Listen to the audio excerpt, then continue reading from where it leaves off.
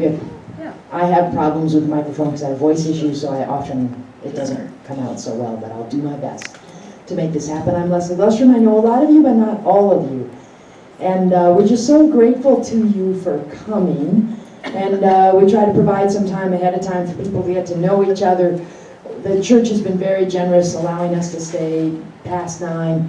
So we often do introductions, but we have kind of a long program today, so I think we're just going to keep moving forward.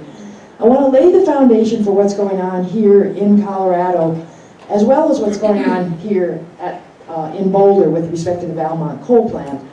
Then we're going to introduce Jacqui Patterson, who's come from Baltimore, to help us think about climate justice issues and this whole issue that we're currently faced with, which is as we move to a clean energy economy, how do we pay off what you might call stranded assets or undepreciated assets, and just kind of how that's played out in some other places, and some of the issues that come up, and some of the things I think we want to be aware of.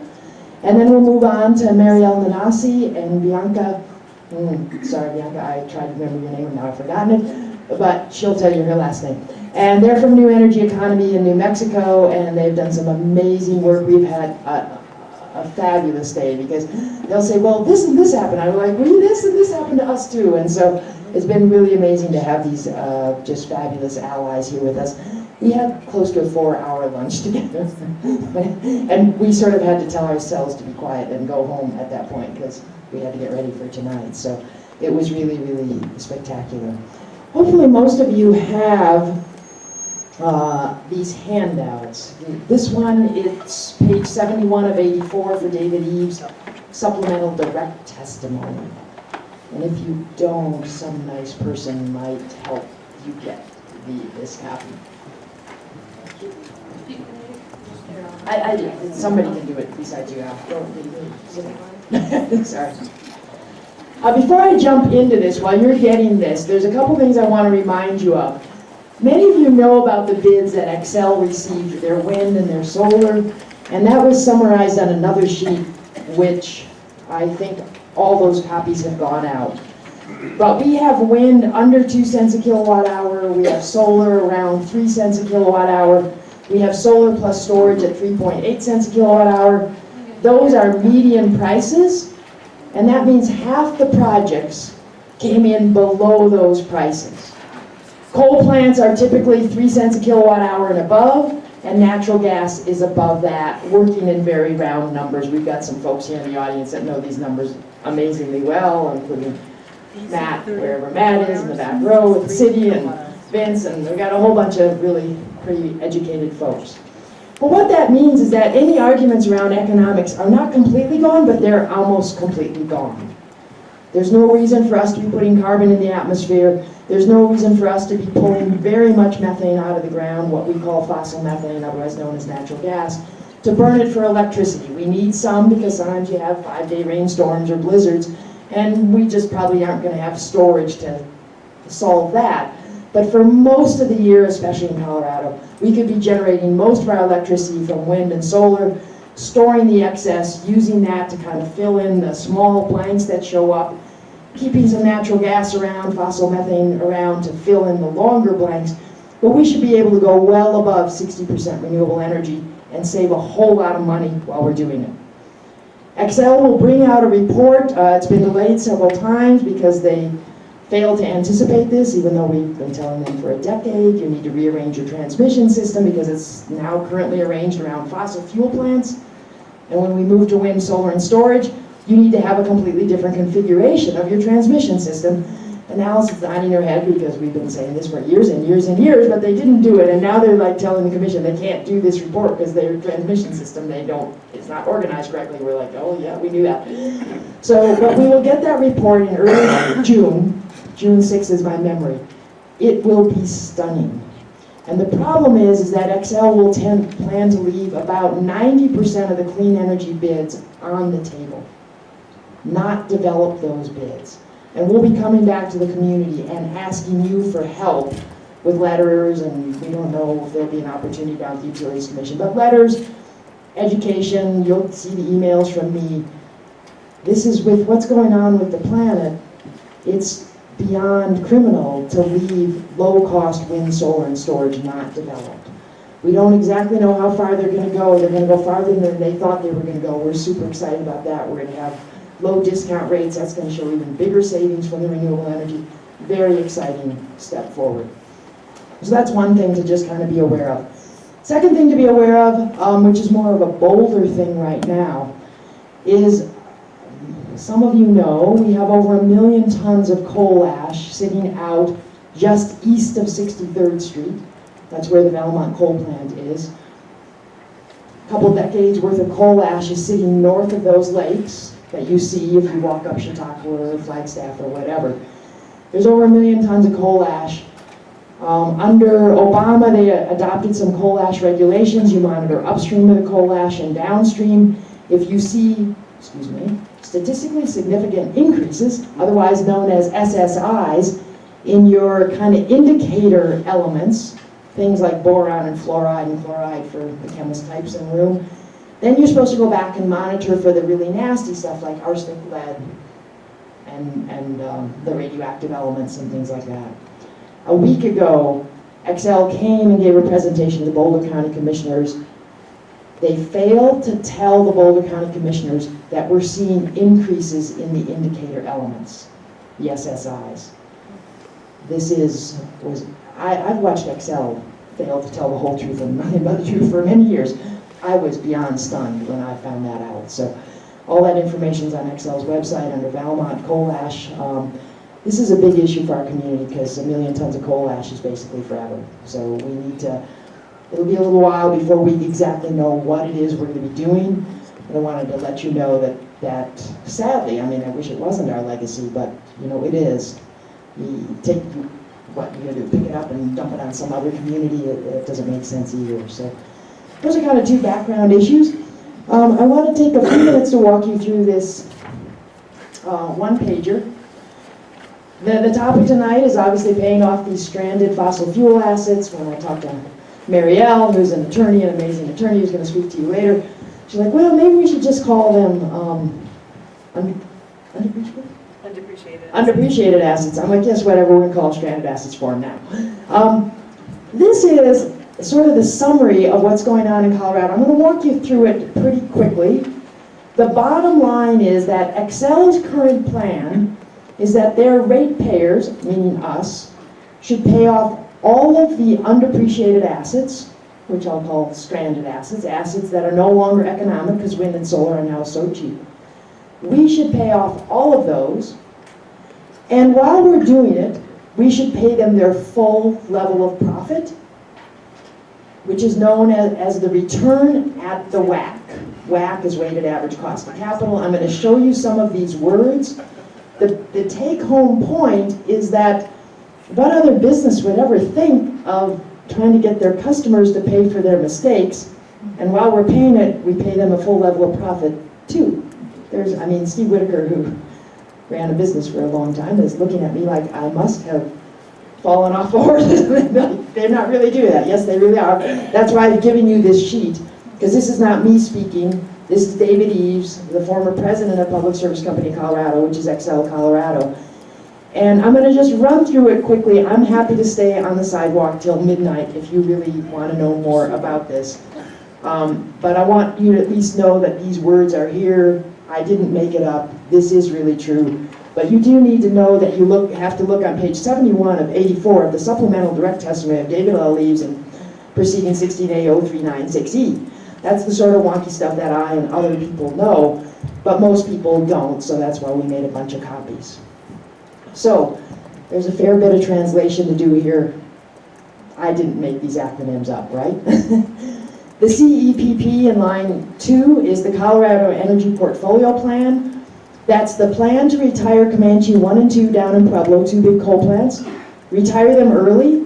I favor that. We should retire them earlier than Xcel has said.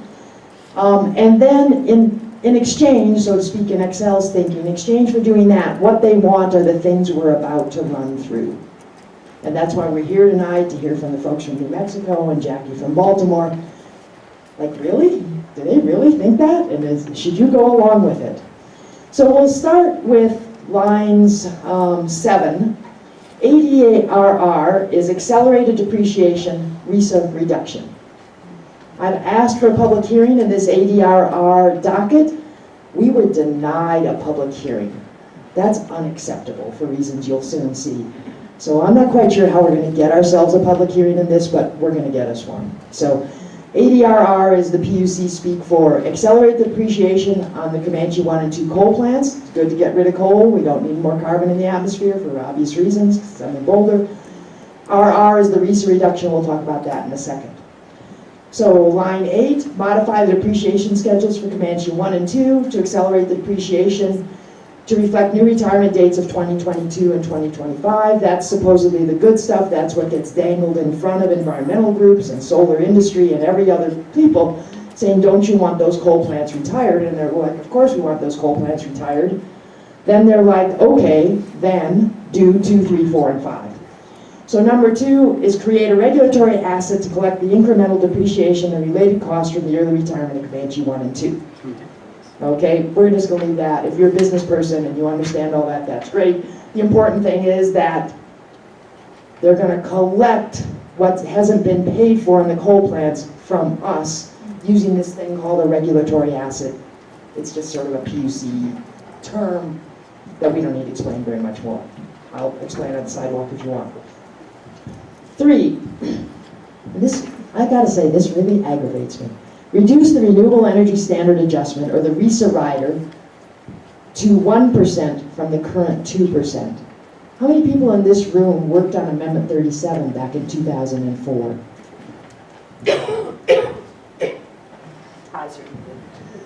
It was a lot of shoe leather. We got the state portfolio standard enacted. It allowed for a 2% increase because we said there's more to life than how much your electricity costs. If we can, any chance somebody could find me a glass of water or something like that? I think Karen will get it. Sorry. Thank you so much. Issues are a challenge for me. So clean energy is worth something, the planet is worth something. We in Colorado are willing to increase our bills by 2% to support increased investment in wind and solar because we care about not just having the cheapest and dirtiest electricity come to us. When we passed that, Xcel was about 80% fossil fuels, maybe even 90. And they're now coming down a lot. And this renewable energy standard adjustment has been a key to driving that process. Xcel is always trying to attack the solar industry. From my perspective, this was a way to attack the solar industry. We don't have to reduce the RESA in order to pay off their stranded assets. Happy to talk about this on the sidewalk. But the solar industry went along with it because if they don't retire Comanche 1 and 2, they're not going to build very much solar. This is the way I look at it. If they retire Comanche 1 and 2, we'll build more solar. And they were given this Hobson's choice, a terrible choice. Stay with what we have and don't build much solar, or allow the RESA to be cut in half and you'll build more solar. But as Mariel will remind us in many ways, the two choices that are often laid out by the utilities or by some of the big environmental groups are really not the only choices available, right? You don't have to take those two choices.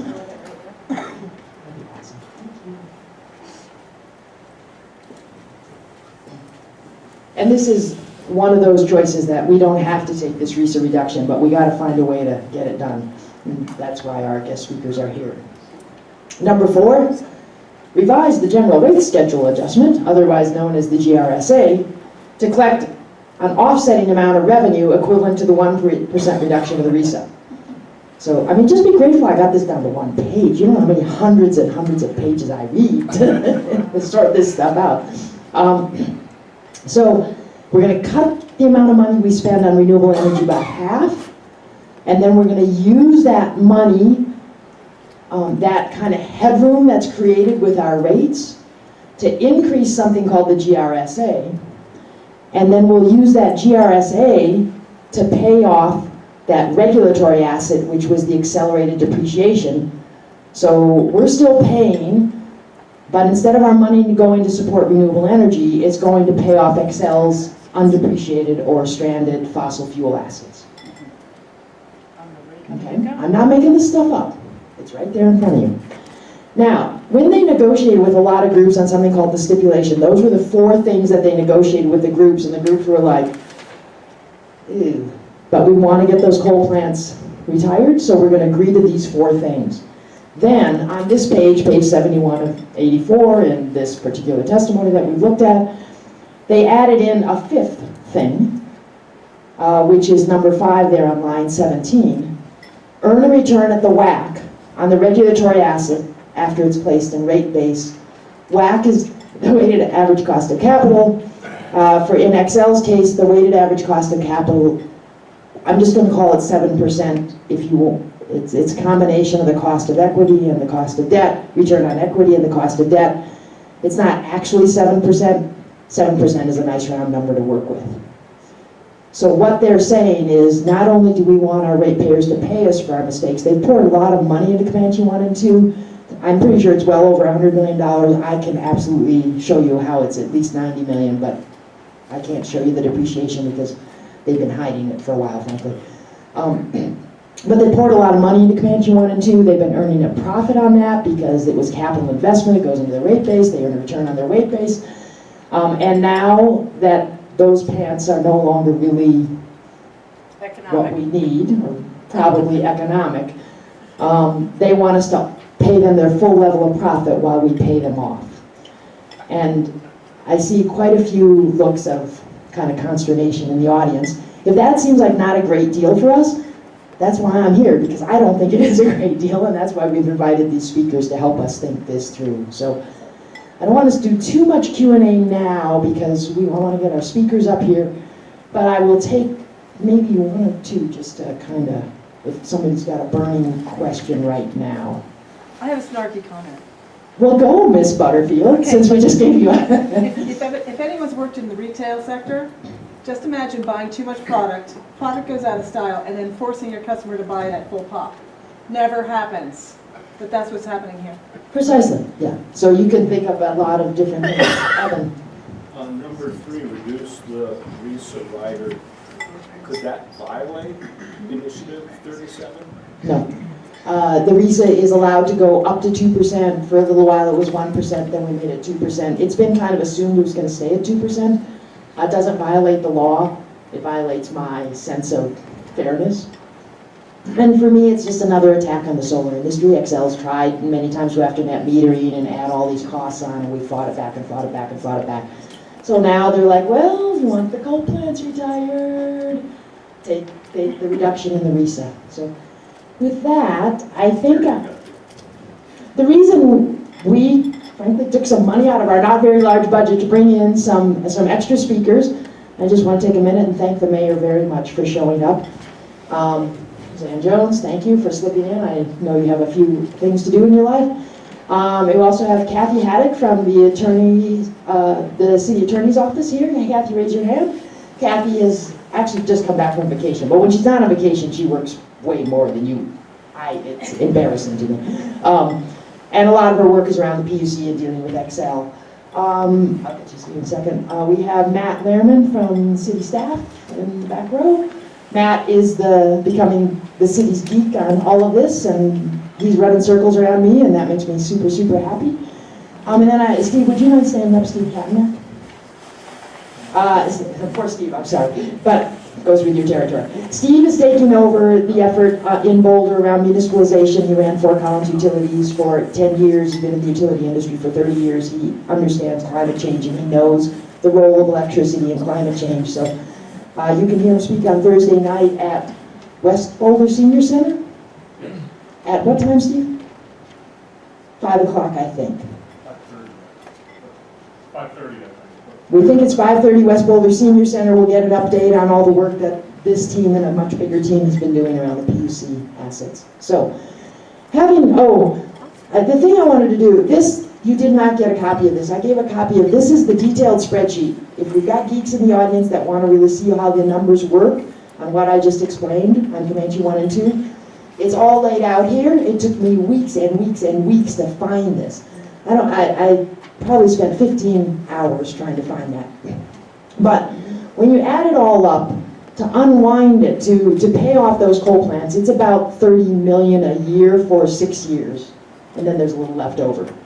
That's a lot to you and me, that's not a lot. One of the other sheets that many of you picked up is Excel's kind of balance sheet for 2017. If you look at the bottom of Excel's balance sheet, you'll see that in 2017, in Colorado, Excel had $494 million of after-tax net income. As Marie Benner has told us many times, my gosh, it's almost $500 million after taxes. So if Excel were to pay off all of this and recognize we made the mistake, we poured money into these coal plants, they paid it all off. It would be about $30 million a year that would come out of their pockets instead of ours. And presuming their after-tax net income stays level, it would go from $494 million to $464 million, working in round numbers. And I have a couple of plants who are going to acknowledge that, yes, we've looked at the spreadsheet and it really is 30 million. And if you want to look at it, there's some extra copies here. So that's our situation in Colorado. Excel is doing their best to make sure we don't know about it and that it's done before we know it and that we don't have a say in it. I haven't quite figured out how we're going to get a say because I was kind of stunned that the commission denied our request for a public hearing because there's a lot of people in the room that have showed up for the public hearings, and we have moved mountains down at the Utilities Commission. We have done things that all the highly paid attorneys can't get done. We've done great work. Without a public hearing, I'm not quite sure, because you can't go talk to the commissioners because they're like judges. So I have some ideas, but I haven't settled on which ideas to use yet. So, and then just to make sure people know, Excel was invited to come tonight and explain this plan to us. As you might imagine, they declined that invitation, but this is their plan. I'm obviously not making it up. That's David Eves' testimony. So, to help us think about this, we invited a couple of speakers. We've just spent the afternoon talking about this whole issue. I'm not going to say everything we're going to do and on, but a lot was done in 4 hours. And first I want to introduce Jacqui Patterson, and I had her, give me a second. So I can do this decently.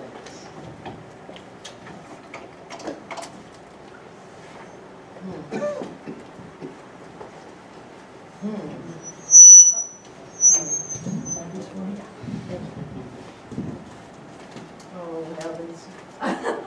Take your time. Well, okay, I'll take my time, because I really want to get it. I just had it. Leslie, Did I put it down? does this do it? It's here in the file somewhere. Jacqui has an amazing resume. Some of you may have seen it from the notices we put out. I'm going to sort of start from the bottom. She holds a master's degree in social work from the University of Maryland and a master's degree in public health from Johns Hopkins University. She has served on many, many committees, national and international committees.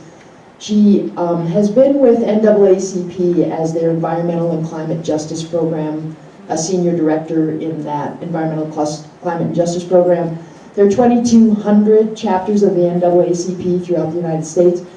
Her job is to serve all of them with information to help, because as we know, a lot of times coal plants are put into communities of color. And so Jacqui travels, sort of tirelessly to do that. And then I would just like to, she's worked on HIV/AIDS, she was a Peace Corps worker, but I'd like to read you her publications because it'll give you a sense of the breadth of her knowledge and the depth of her scholarship.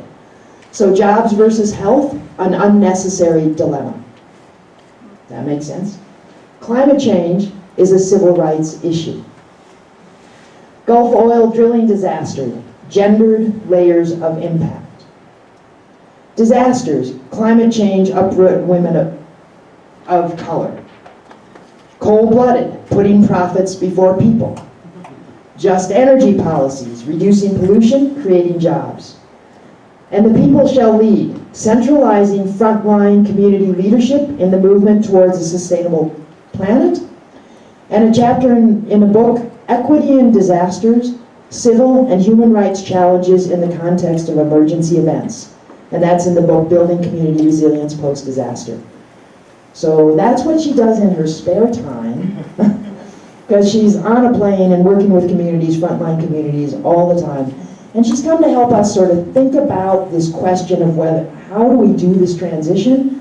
We want it to be just for the workers who work in the fossil fuel industry, But in my mind, we also want it to be just for the people who pay the bills. And frankly, as folks in Boulder, I feel like we kind of have an extra obligation because we have a lot of smart people who understand this issue and have put in so much time. So to help us think about what's going on and how we can think about going forward, please join me in welcoming Jacqui Patterson.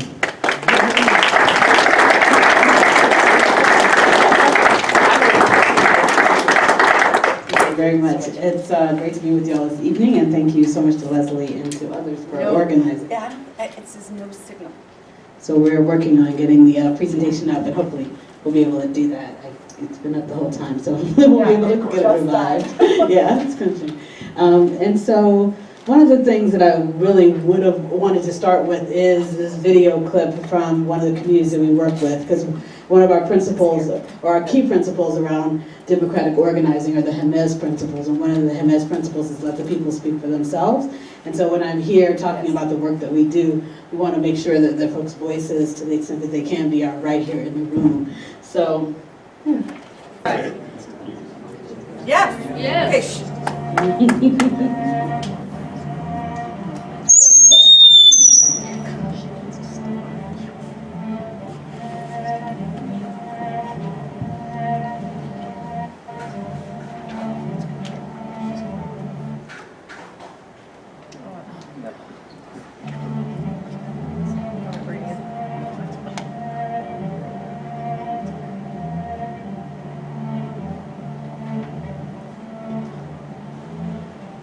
The city of Baytown is made of old money, lower to middle class families, and pollution. But if you get a job at a chemical plant, you don't have time to think of a solution. I guess my brother, my uncle, and my cousins are sellouts because they went industrial instead of the drug route. Refinery city lights and pipes run along the Gulf Coast. The smoke boasts with sulfur air. It's a wonder anyone's able to take a breath. We're so used to it, we forget. Soon, the sons and daughters won't be able to drink the water. They say the first priority is the people. The people are the ones being excluded and uprooted. Just ask Archicords, ask George Washington Carver Elementary, or ask the suburban gangs. Exxon Sacrifice, AKA Brownwood Neighborhood.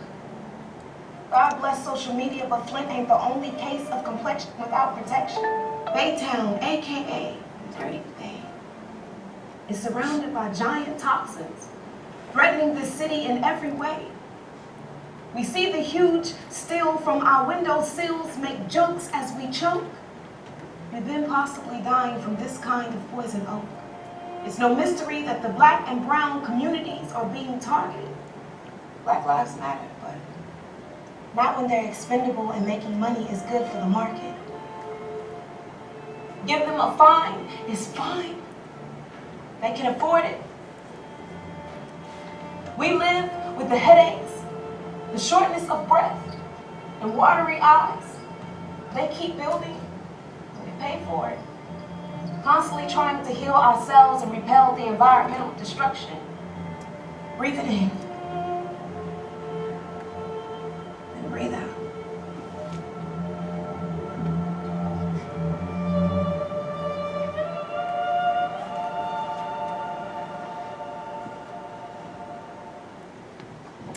okay, Baytown, Texas. So, probably, I mean, we can try to do the slides, but if not, I'll just kind of speak from, we'll see how it goes. Okay. That answered that question. So basically, I wanted to show that video and talk a little bit about why it is that the NAACP sees energy as a civil rights issue, and the images that I would have shown and the stories that I would have told would have talked about these very intersections that the sister, oh, thank you. So starting with that quote from Martin Luther King where he says, I never intend to adjust myself to economic conditions that will take necessities from the many to give luxuries to the few.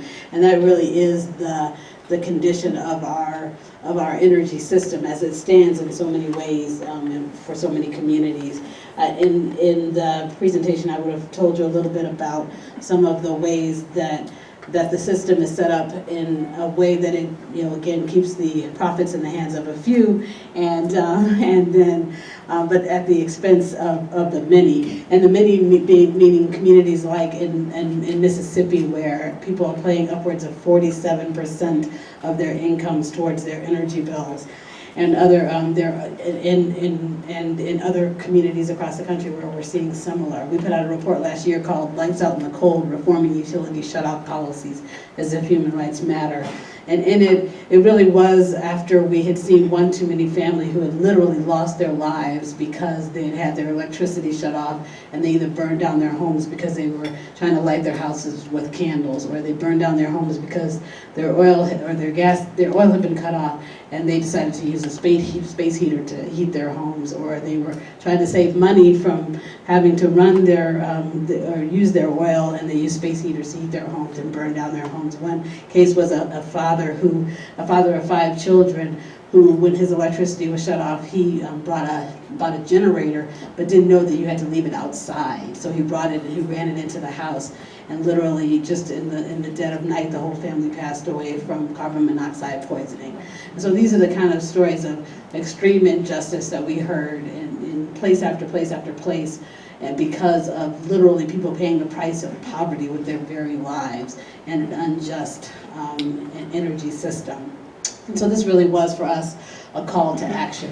Not to mention on the other side of it, we see that whether it's indigenous communities like in the Four Corners region of New Mexico, where so many people in those 4 states, where so many of the folks there are living in the shadows of coal-fired power plants, that were welcomed in by Navajo and Dene leaders because they thought that they would bring jobs for the communities. But not only did they not bring jobs for the community, they brought jobs, but they brought the people in the jobs as well. And so the community suffered from the negative effects of the pollution in the community, but didn't have even the access to the jobs.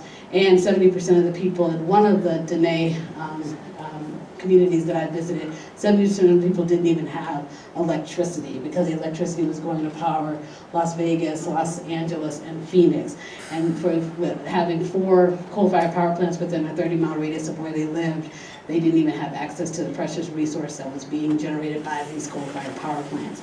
So again, for us, just all these kind of scenarios really pointed to us that the deep civil rights and human rights violations in the way our energy system is being conducted. And so for us, it was a call to action to help to organize our communities to be able to be a voice in the Public Utilities Commissions, in the legislative office, even in the zoning offices in terms of where these different facilities are sited, and also to really get our communities to understand what the possibilities are in the new energy economy, because of course they had been having the voice of utility companies who are burning fossil fuel-based energy, who have actually been very intentional about building relationships with these very communities that we work with often, because the NAACP is seen as an influential organization in many different communities, and so they've actually been intentional about reaching out to our communities about not just building financial relationships in terms of sponsoring this and that, but actually building relationships, like getting folks to be on their boards, being at every single NAACP meeting and working their way up to the ranks of the organization. So we see this happening time and time again, so folks are only hearing from that side as it relates to energy, and they are only seeing some of these energy companies as their friends in that sense, because they've been intentional about building those that trust, really. And so then the different groups come in and they try to get the NAACP branches and chapters to get involved around energy. Big green organizations, Sierra Club, Greenpeace, 350, all these different organizations have come through and have worked with our units to try to get them involved in campaigns to move to a clean energy economy, but often it's against the backdrop of all this trust that's been built with these fossil fuel-based energy companies. And also often some of the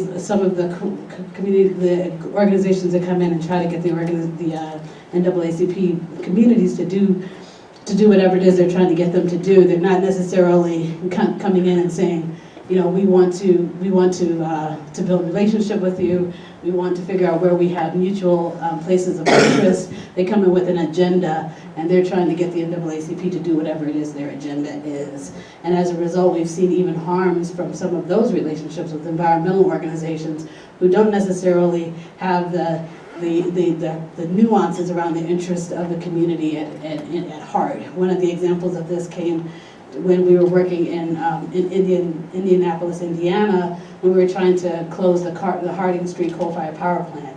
The NAACP was working with the Sierra Club at that point, and they were really working together in mutuality around this common goal of closing the coal plant. Sierra Club had brought information about the harms that are caused by the plant, and all was fine in terms of that story of mutuality and common cause.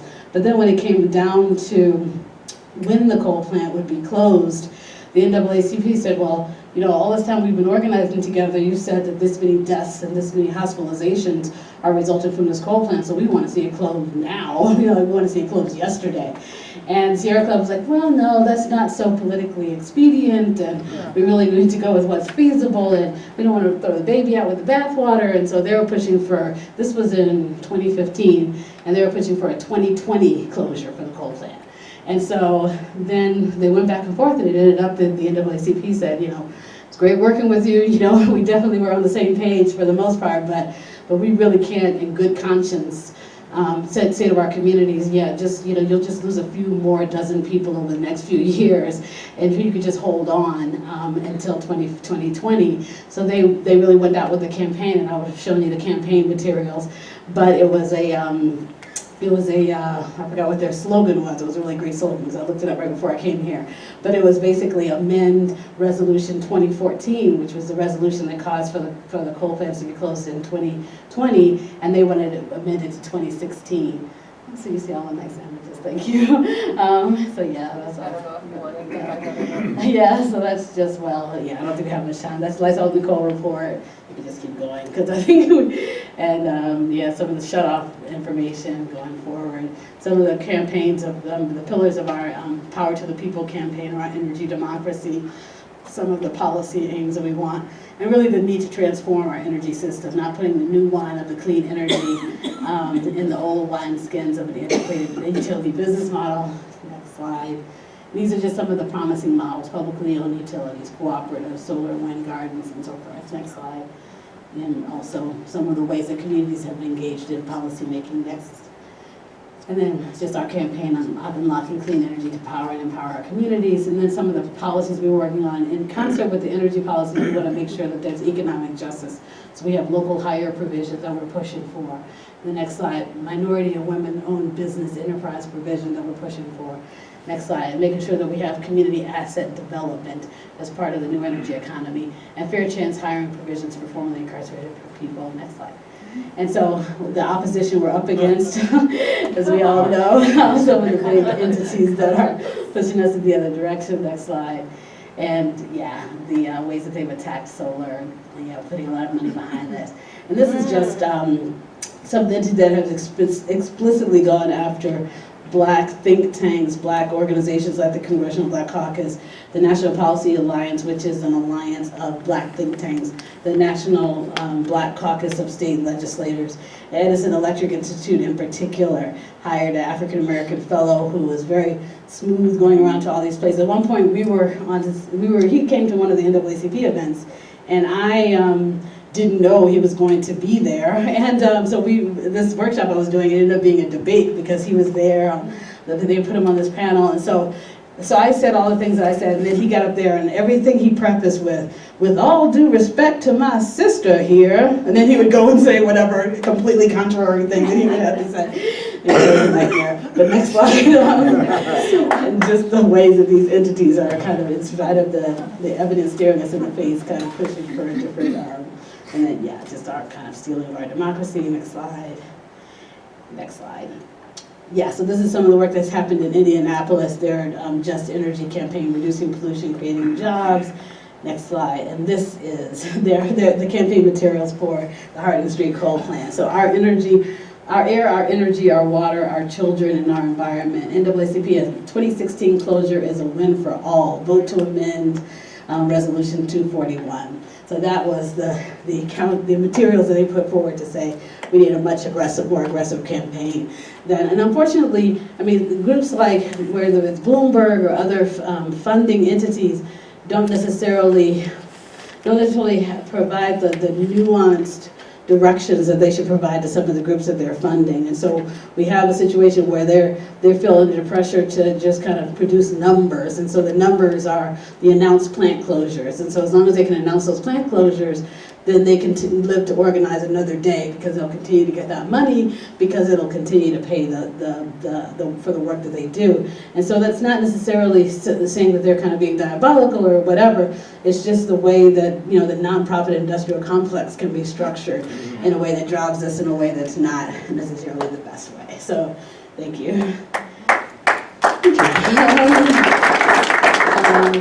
Yeah, so this is just more organizing that happened in Gulfport, Mississippi.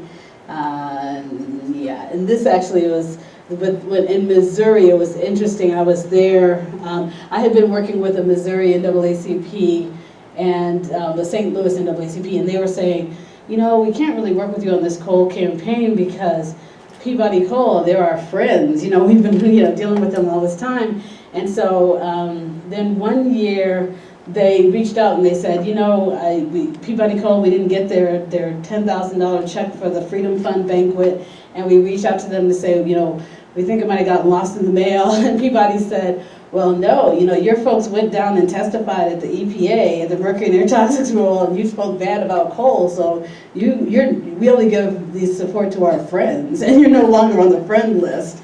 And so that's when, it wasn't like St. Louis, the NAACP thought they were being bought off. They literally thought that they had a trusted relationship. And so when that came up, they actually realized that the relationship was a complete sham.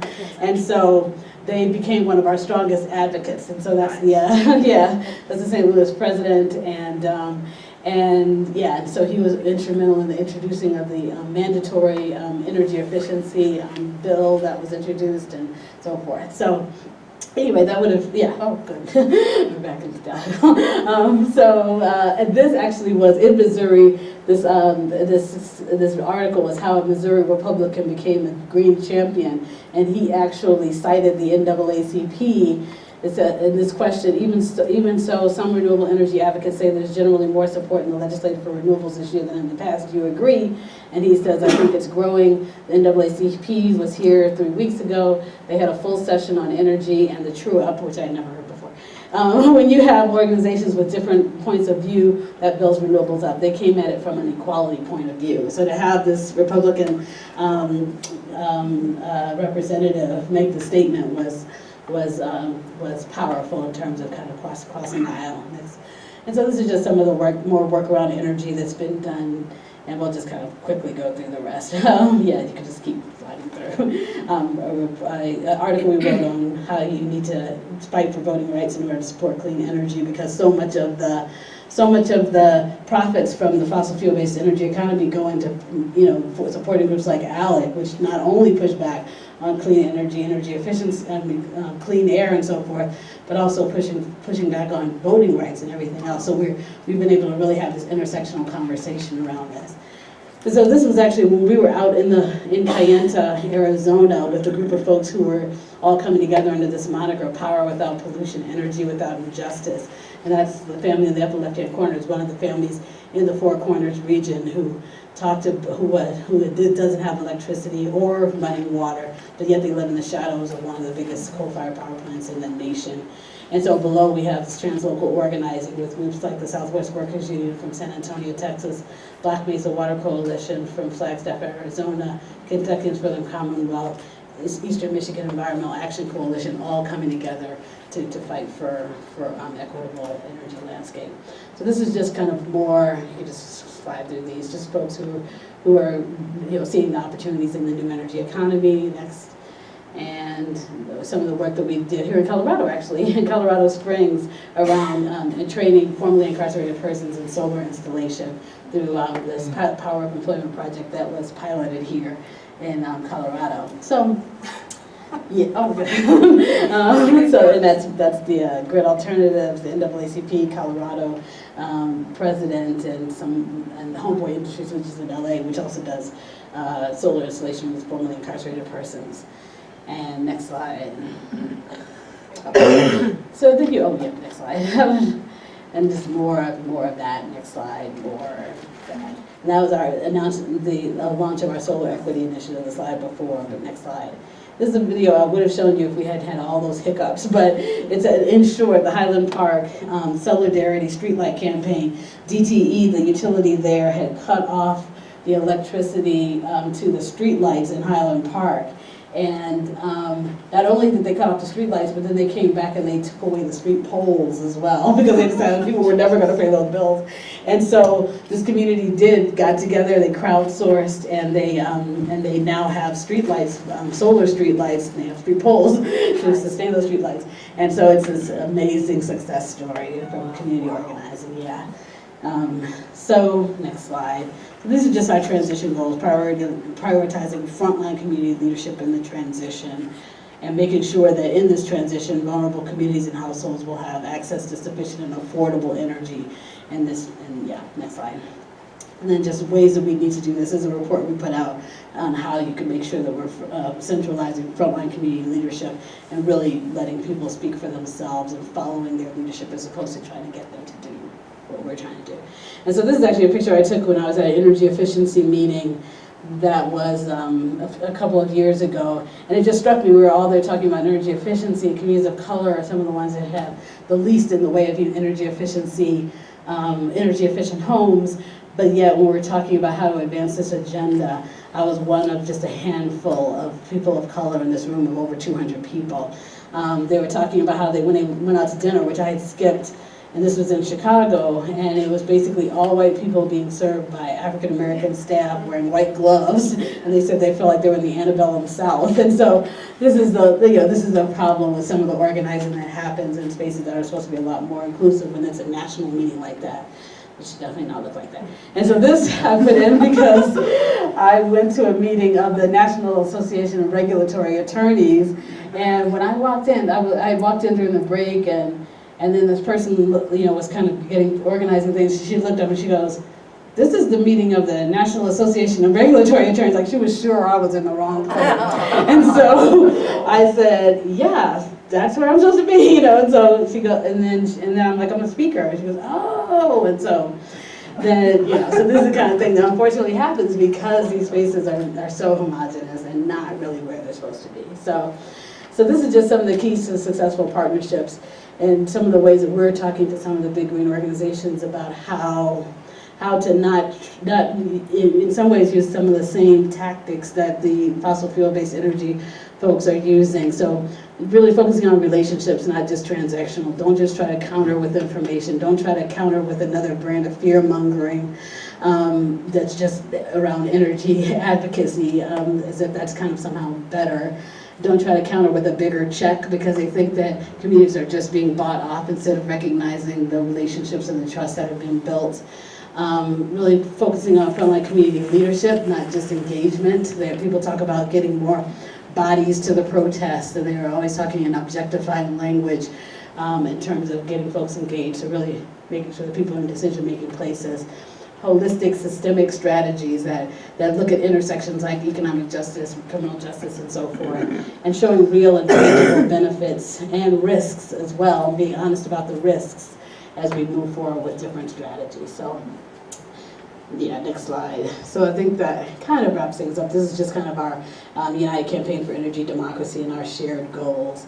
Next slide. So, Yeah, next slide. And next slide. So just, we can just end on that note. That we really are all interdependent. It's just a matter of making sure that we're working together in integrity and mutuality. So thank you.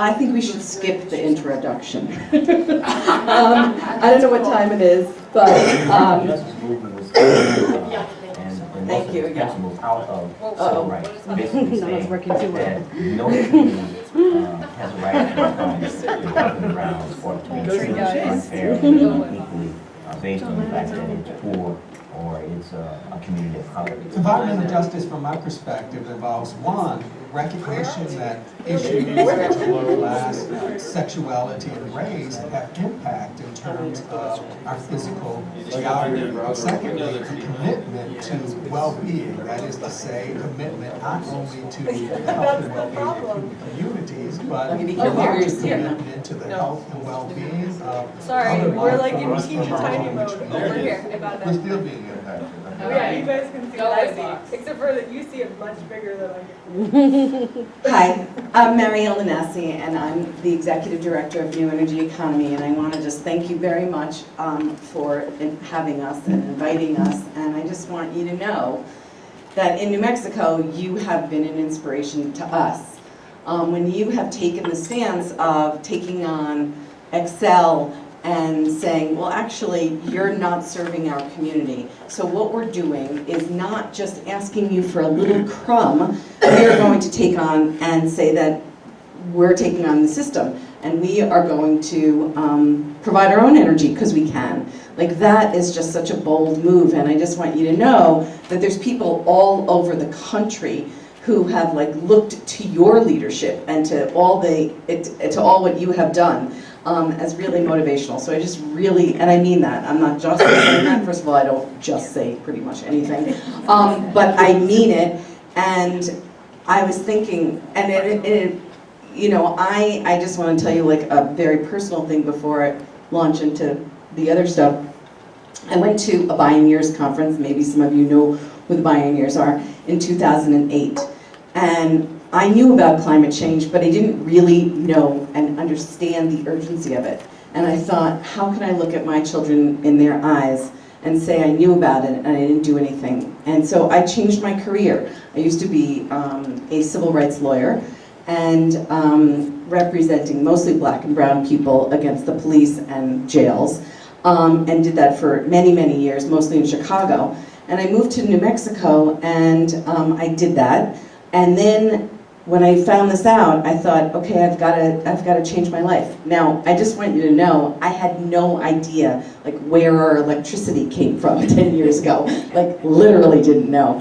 And when I found out, oh good, here we are. Thank you, Bianca. When I found out that coal is the single greatest driver of climate change, I thought, well, that's easy. Let's close the coal plants, right? I was sort of naive in that way.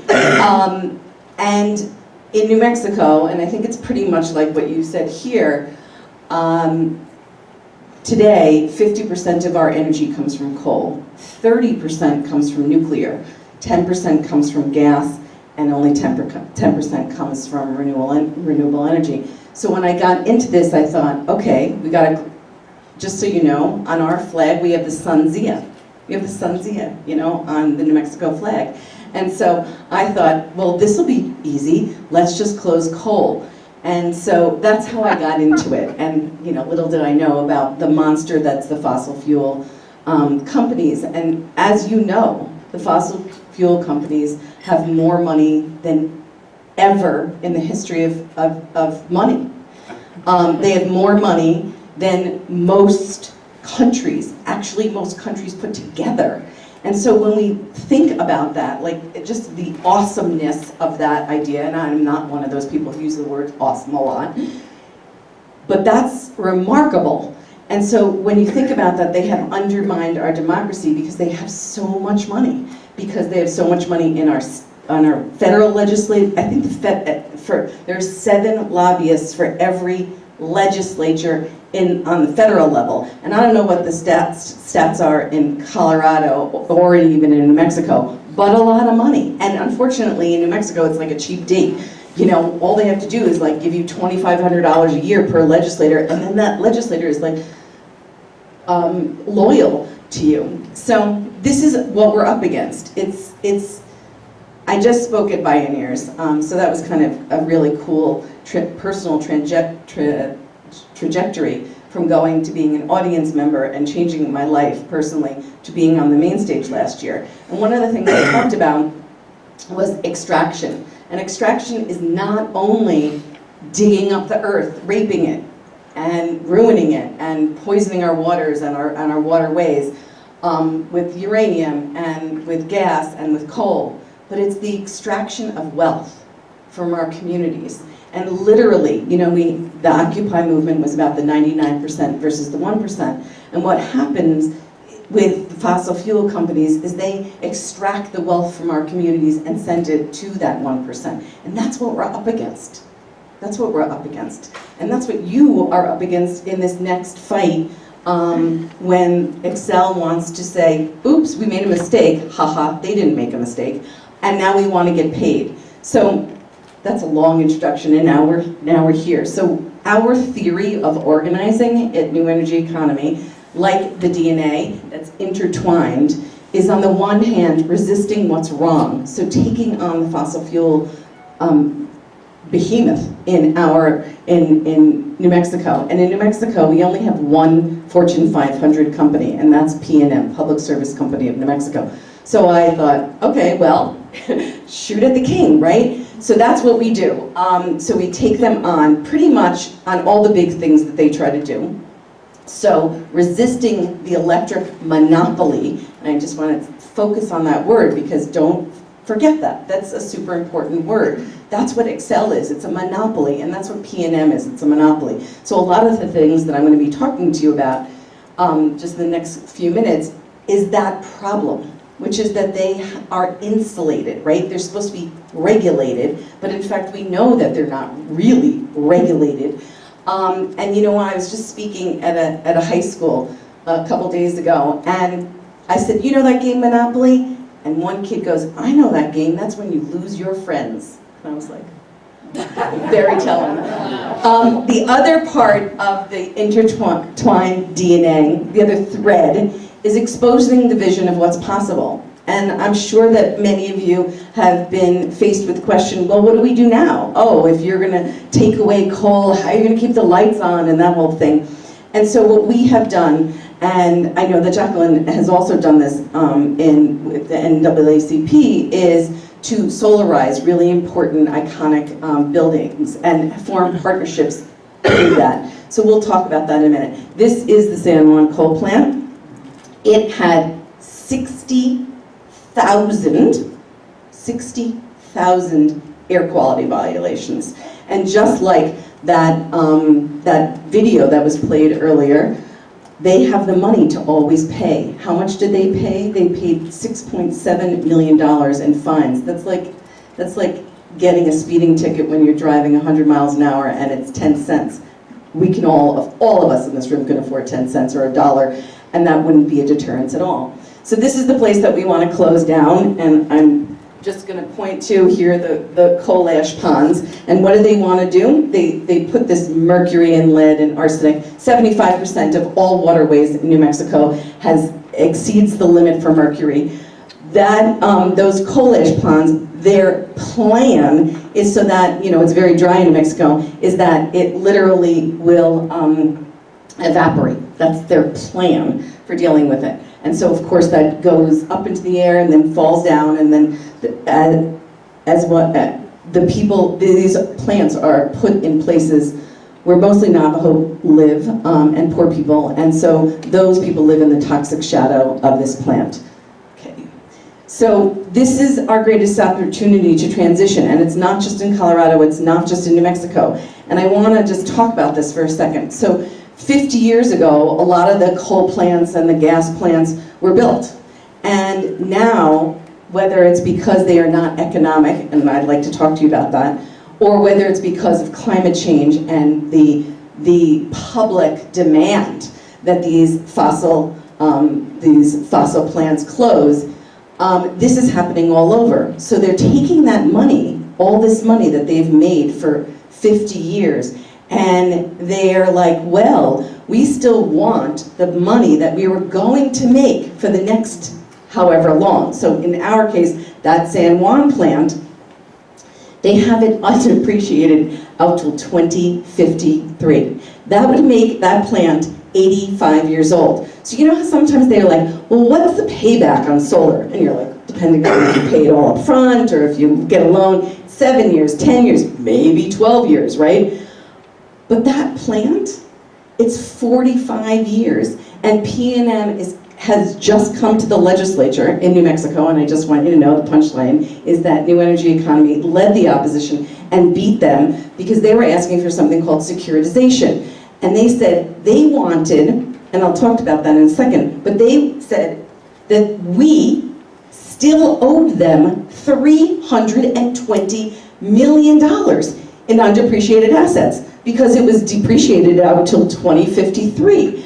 And that's crazy, right? So we're not talking about like a 7 or 10 or 12-year payback. We're talking about an 85-year payback. Now just think about that. If you went to go borrow money to buy your home, right? Would they give you an 80-year mortgage? No, because you won't live that long. They'll give you a 10-year mortgage, a 20-year mortgage, maybe a 30-year mortgage, maybe a second mortgage, right? But that would be like a 20th mortgage, Nobody would do that. And yet, in our case, it's called the Public Regulation Commission, have continued those depreciation rates. And it's like wonky stuff, right? Who wants to know about depreciation rates? But the fact of the matter is that's where the crimes happen. And so we have to dig down into all this economic minutia. But that's where the juice is. That's where the juice is.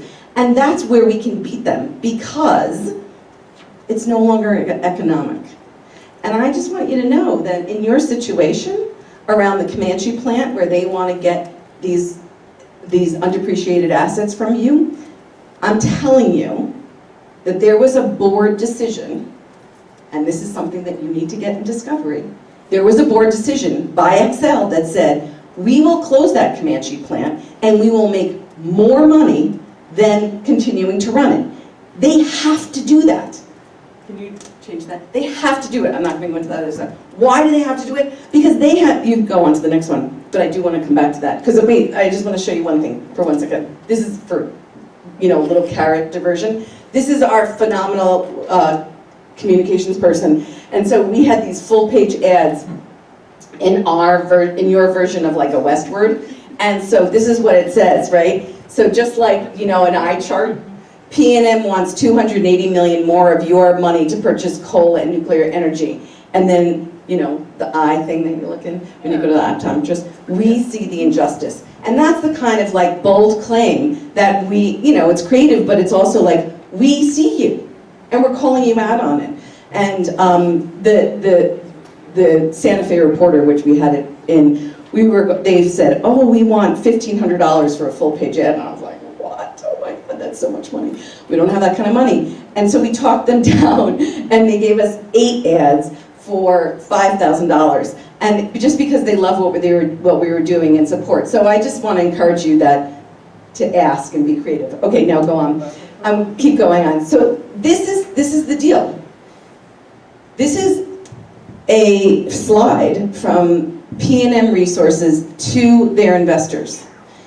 They have to make money. That's their fiduciary duty, right? So we know that at some point the Xcel board said to their board of directors, or maybe the CEO said to their board of directors, we're going to make more money by closing this plant.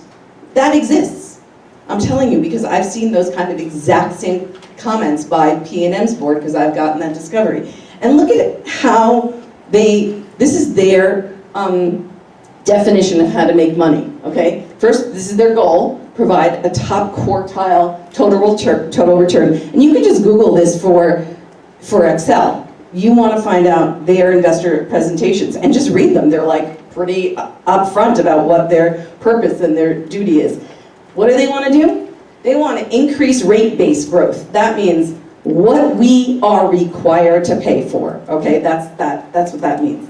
Increase rate base. How are they going to do that? They're going to invest in core capital. So when they invest in pollution controls, right, they make more money, okay? When they invest in renewables on top of what they already have, they make more money. When they invest in environmental control equipment, they make more money. So they don't only make money on the electricity, they make money on the asset, and they get a return on that asset. And so for P&M, it's 9.575%. It's essentially guaranteed profit. Now, who wouldn't like that in a business, right? And they get that. The idea behind that was that they were going to get what's called a risk premium. So they said, look, we need to attract investors in this big coal plant, in this big gas plant. And that's going to, we have to raise a lot of money. So we need to attract investors.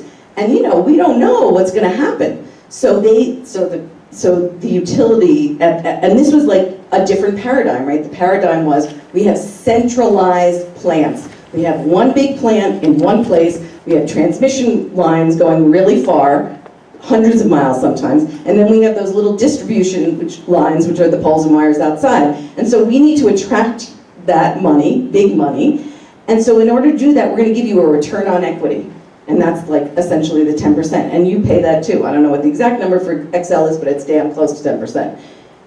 And now, they've been getting that for 45 years, just like on that one plant, for 45 years, that 10% every year from us.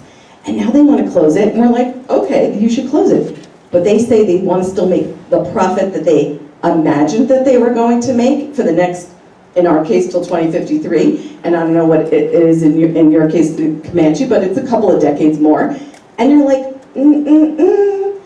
that's what you need to be like. I want you to leave here going, no, you got that risk premium for all that, however many years.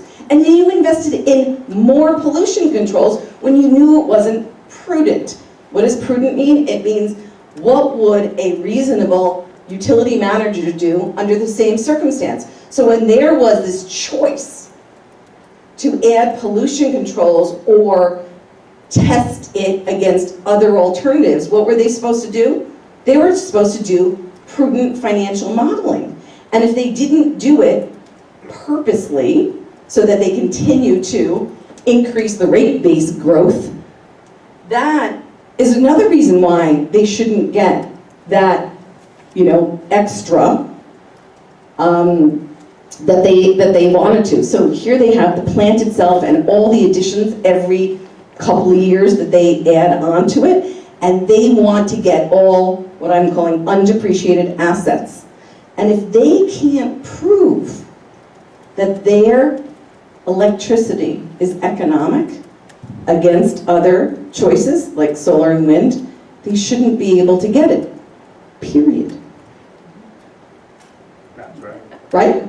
Because what is the law? The law is, and I'm sure it's the same here because it's the same all over the country, utilities are only allowed to collect from ratepayers if, this is a quote, their resource is the most cost-effective resource among feasible alternatives.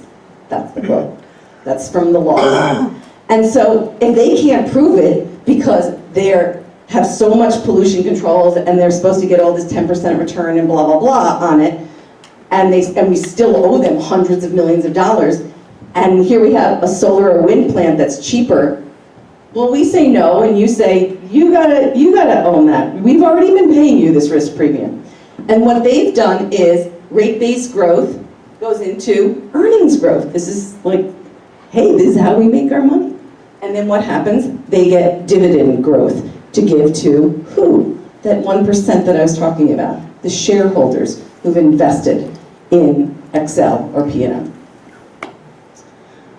So this is a friend of ours who made this cartoon, and this is what we call toxic assets. So the Comanche plant or the San Juan plant are toxic assets, literally. And this is not like we made this up. This was a term, a phrase that was coined in the 2008 bank bailout. Remember when houses were worth less than the mortgage? So you had a house, it was worth $150,000, and people walked away because they were like, their house was worth $150,000, but they were paying a mortgage of $300,000, right? That's sort of like the same kind of thing. And they said, you know what? We're going to walk away from this house because even if we pay it all up, we still have nothing. And that's in essence what we're saying. So they have these toxic assets of coal and nuclear. The shareholders are making a boatload. P&M CEO makes $5.2 million a year, and I just will tell you, I make a great salary. And I did the math like 2 weeks ago. It would take me 67 years to make what she makes in 1 year.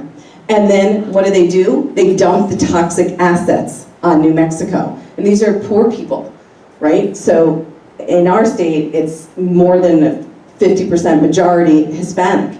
And these are people, like Jacqueline was saying, their second greatest bill is their electricity bill. P&M disconnected 22,000 people 2 years ago. 22,000 people. So this is the kind of like circle of injustice, I'll just say. So what do? This is a demonstration outside of P&M. We educate and organize the public, we inform the media, we have grassroots pressure, and that's going to make the change.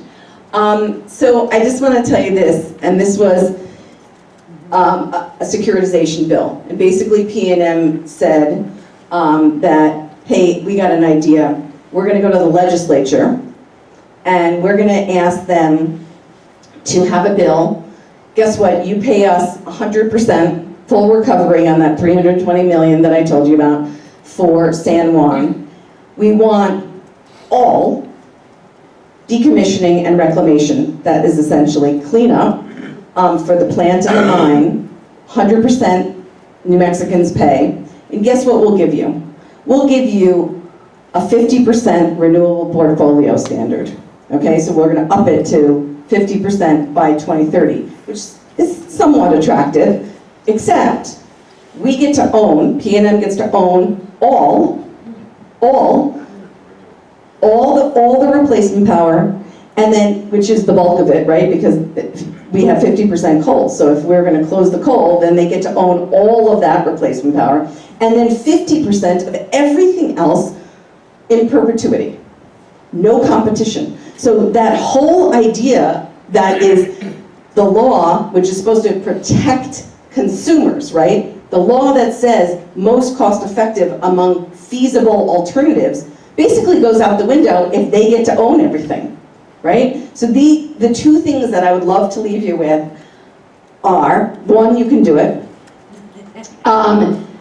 Three things. One, you can do it. Two, they have no right to get all those undepreciated assets. And three is, Xcel should have to be made to compete.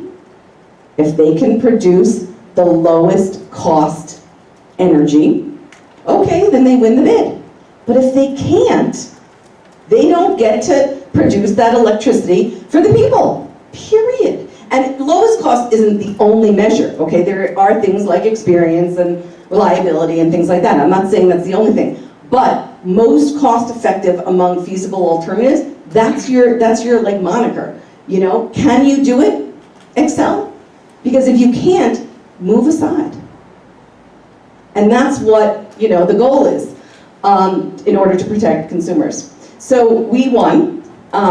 We brought lots of people to the legislature. And I will just tell you, no offense to the elected officials here, but we had Democratic legislators who said to me, you know, Mariel, your language is really not helpful. And I was like, what language is that? And they said, calling SB 47, which was Senate Bill 47, that was this bailout bill, calling it a bailout bill? Why'd you do that? And I said, because it was a bailout bill, you know? And so there are people who are going to undermine you.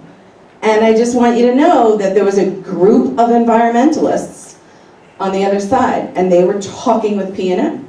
And they were trying to come You to, can name names. okay, they were trying to come to an agreement with P&M, because they were like, look, if we walk out of here with a 50% renewable portfolio standard, we're gonna get more funding from our funders, because we just got this great policy. And I'm like, what are you talking about? You just threw New Mexicans under the bus, you know? And the only reason, and I'm just gonna share this with you, the real only reason that we ultimately won SB 47 is because the Republicans on the bill said, you can't put in the bill that we're gonna close down San Juan. And like, even the other environmental groups said, we have to put that in the bill. We have to put that in the bill. In order for you to get all this money, we gotta put that in the bill. And the Republicans were like, we don't wanna go back to our constituents and say that we closed San Juan. So that's why the bill failed. Thank goodness. I'm just telling you, that's the real thing.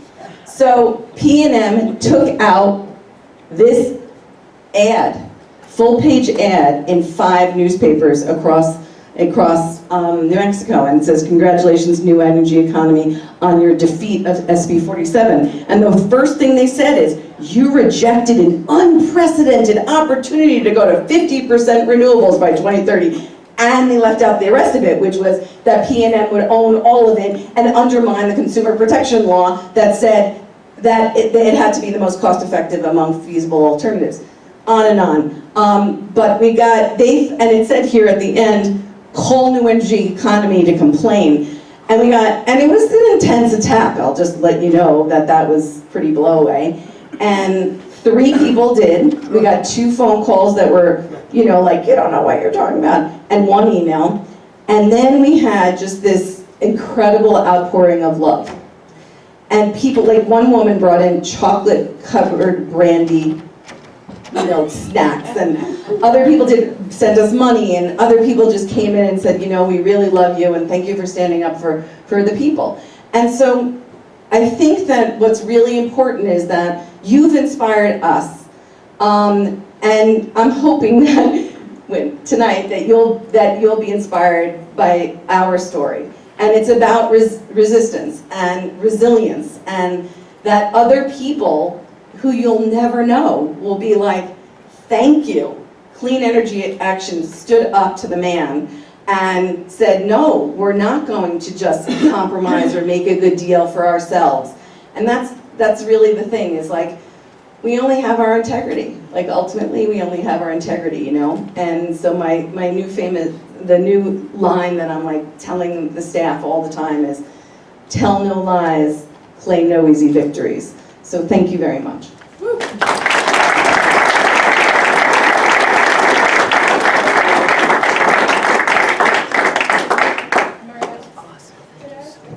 Sure. I don't know how the whole thing is. Yeah, first I just want to thank the audience. This was an incredible program. I really appreciate your patience. You can see that the questions before us are becoming more complex, and I've just got to be honest, we have to rely on the Boulder community in many ways to lead the way. Then folks in Denver catch on and on and on, but thank you so much. I hope you've learned a lot. We're going to stay, do some question and answer. Just kind of remember that without your help, we're going to let you know down the road how to do it. Without your help, the intention of what I call the XLPUC system is that not just we pay, but people, all sorts of people of color, people of low income, people who are on the poverty level, people who can barely, people on fixed incomes, money will be extracted from them to increase XL's bottom line. And we are the folks that kind of have to say whether that's okay or not, even though the commission doesn't want to hear from us. So I just want to thank you all so very much for coming. I hope you'll stay. We'll stay and do some question and answer. As you know, we often stand on the sidewalk for a long time afterwards. So feel free, if you need to carry on, we certainly understand. And I want to thank our community so much. Boulder has done so much to move this discussion. And now we've got another big mountain range ahead of us, and we can't do it without you. So thank you so much. We will take some question and answer. If you have questions for Jacqui, Questions for Mariel? I'd like to introduce Bianca, who saved the evening for us. Please, let's have a round of applause for Bianca. As you know, we're off in the library. We just couldn't get the library. Very grateful to First Presbyterian for giving us this room. We don't have a lot of experience with we've never been in this room ever before, so you went like that. Very.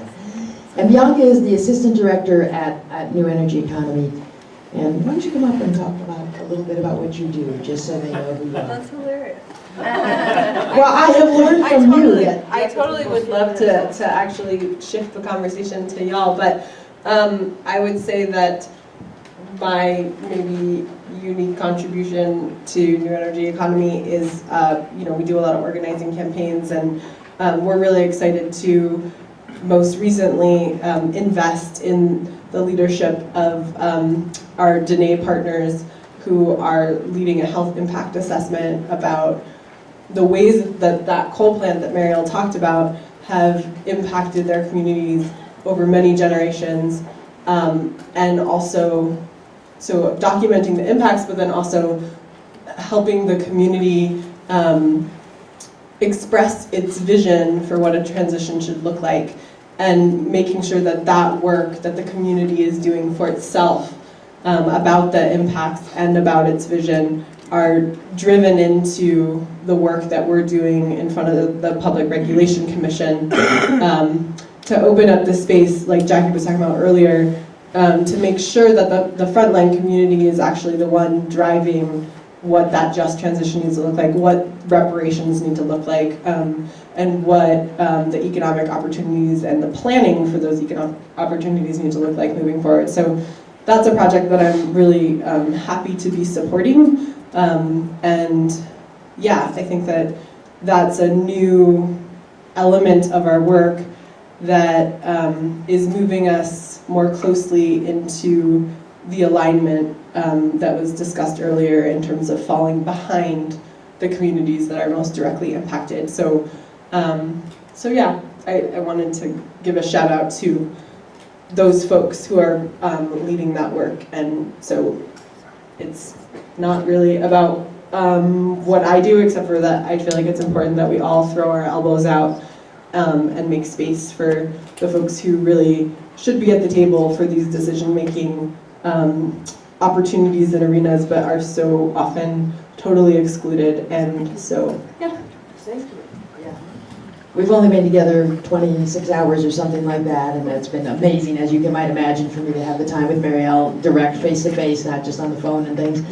I have learned so much from Bianca in this day. I'm like going to go home and just try to consolidate it. So, any questions here for anybody? Any comments? Anything you want to say? I think I'm going to start with Dan Greenberg. Dan is sitting next to Steve, and I think we have some more competition working group people. They're working on, Rick Taslauer, thank you, Steve. They're working on just sort of like, there are many states that have competition, and Colorado doesn't. There will be programs probably around this, but this team and some other folks, Ken Regelson, Larry Milosevic, have done amazing work. So with that introduction, Dan, go with your question. Thanks. Yeah, my question doesn't really have anything to do with competition, although Mariel, I'm really glad that you brought that up. I was curious. So, what's the current status of that power plant, and what are the plans for it? So, in 2013, we fought them for 2 years and said, hey, it's not economic to continue. We lost, and lost in front of the Supreme Court recently, which was painful. But then they announced last year that they're going to close the plant in 2022. And so we had been saying since 2013, it's more economic to close the plant, and you will make more money at PNM. And they said, oh, you're crazy, you're just like totally marginalize us. And then literally within the year, after they won that case, that's what they said, which was we're going to close the plant. So now they have an IRP out, which we just filed testimony, and for anybody who wants to see it, it's pretty amazing testimony. And their IRP, so one of the things that I think you're probably, it's called an integrated, resource plan. integrated resource plan. What's really important about that is that we're really happy to close coal. And what's their plan?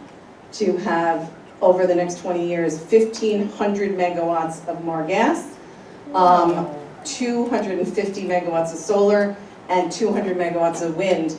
And so then You know, the sun doesn't shine much in New Mexico. yeah, and so we looked into it. We looked into it, like I'm sure some of you do, and I have this amazing expert, and we just filed testimony. I have two pretty amazing experts.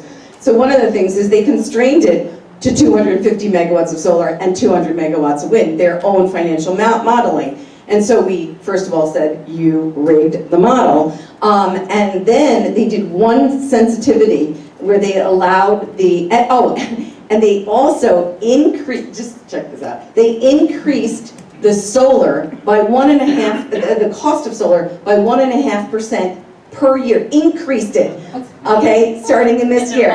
In their modeling. So of course, but even with that increase on solar and wind, when the model was allowed one sensitivity analysis that allowed it to pick 850 megawatts of solar and 400 megawatts of wind, the model, this is a computer, chose it all. So it's quite interesting. And so we have, you know, so we're about to, we have a protest, that's what it's actually called, the legal term, against the IRP. And in the IRP it says that they should get 100% recovery on San Juan. Of course, we're opposing that as well. So that's going to hearing on June 4th. So that'll be like a battle that we're involved in. But they're going to close the plant because they did what I told you before. What P&M did, their board of directors decided that they were going to make more money closing it after they put on pollution controls. Can I just add one thing? So one of the things that's important about uncovering that document about, you know, their business model and then also the fact that they're going to make more money is one of their scare tactics is always to say, well, you know, if you guys aren't going to take this, like, we can always walk and we can just keep our coal plant open, right? And so that's something that they continuously said to not just us, but the other environmental groups. And also the local community, they continue to just string along. I mean, this fight in the legislature where the Republicans said, oh no, we can't sign on to legislation that says that the plant is closed. P&M said, well, yeah, I mean, we understand that that's your position. And they continue to basically lie to the local community about the fact that this plant might have a future. Meanwhile, they're telling their shareholders, oh, we have no intention of keeping this thing open because we're going to make more money when we close it. And so having that evidence to say to the other environmental groups and then also to talk with the local community to say, you know, we want to support you all in organizing for this transition because it's coming. You know, they've already made the decision, not because it's the right thing to do, but out of their own self-interest.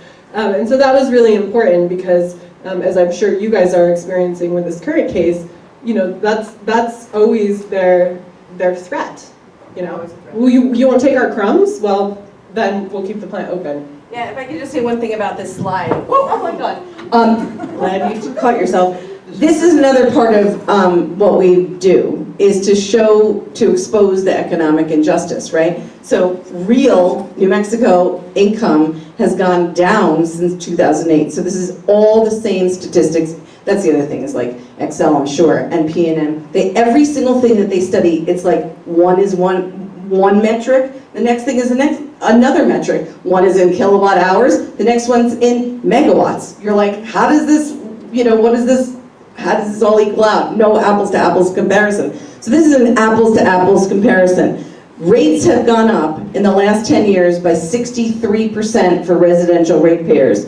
What does that turn into? CEO pay has gone up 122%. And I forgot to say this, when you said EEI, guess who's the president of EEI? The CEO of P&M. So it's all connected, right?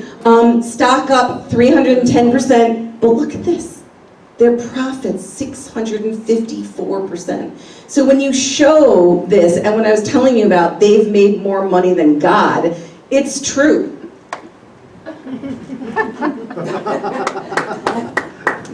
We'd like to work in verifiable facts. I'm not quite sure we know how much God earns, but we certainly, with our after-tax net income at 454 million in Colorado, it used to be, I just looked it up today because I'll be at the Xcel Energy Board of Directors meeting on Wednesday. 10 years ago, they were about 211 million, which seems to me like plenty healthy. To go from 211 million to 494 million in a decade seems not healthy. It seems obese to me, but I'm not a business person. But every business person I show their balance sheet to, they just go, because they're so shocked. I'm going to go with Patrick next, yeah. Yeah, Mariel, really appreciate your idea of choice. The problem is, our choice is going to be going from one monopoly that's highly regulated to another monopoly that's not highly regulated. And, you know, I do have a problem with some of these comparisons with Excel. For example, on that last graphic, it meant on average their rates went up 6% a year. And I think Excel's is going up maybe 2 to 3% a year. So you really need to have a real comparison, not a, I'm sure it's the same kind of comparison. And one other thing is, you know, your implication is that PUC, the Colorado Public Utilities Commission, an Office of Consumer Counsel, is maybe possibly a conspiracy against us? And yet, what would we have with Boulder as a monopoly? We wouldn't have a PUC. We wouldn't have an Office of Consumer Patrick, Counsel. I'm happy to have a question. I put you on second on the question, So what do but you let's think kind of is get a better? question, not a What do whole you long think statement. Okay, I got you. What do you think is better? One monopoly or the other monopoly? So I don't know that, it's true, one thing I will just say, that I am not familiar with the rate structure of Excel, so I will tell you that. I am very aware of the rate structure with P&M. I don't think that if Boulder became a municipal utility, that would mean that they'd be a monopoly. I don't think so, because you see, let me answer you. Let me answer you. I will tell you what the difference is, okay? I don't know personally about the regulation of the PUC here. What I do know is that in New Mexico, we've seen rate increase after rate increase for more coal and more nuclear. We have 2% solar. That's just criminal. We are facing a climate crisis. And so for any government entity to not abide and protect its citizen and to continue to allow and give in to more coal and nuclear at a time when we have answers. We have the ability to create energy democracy. That's an amazing transformation.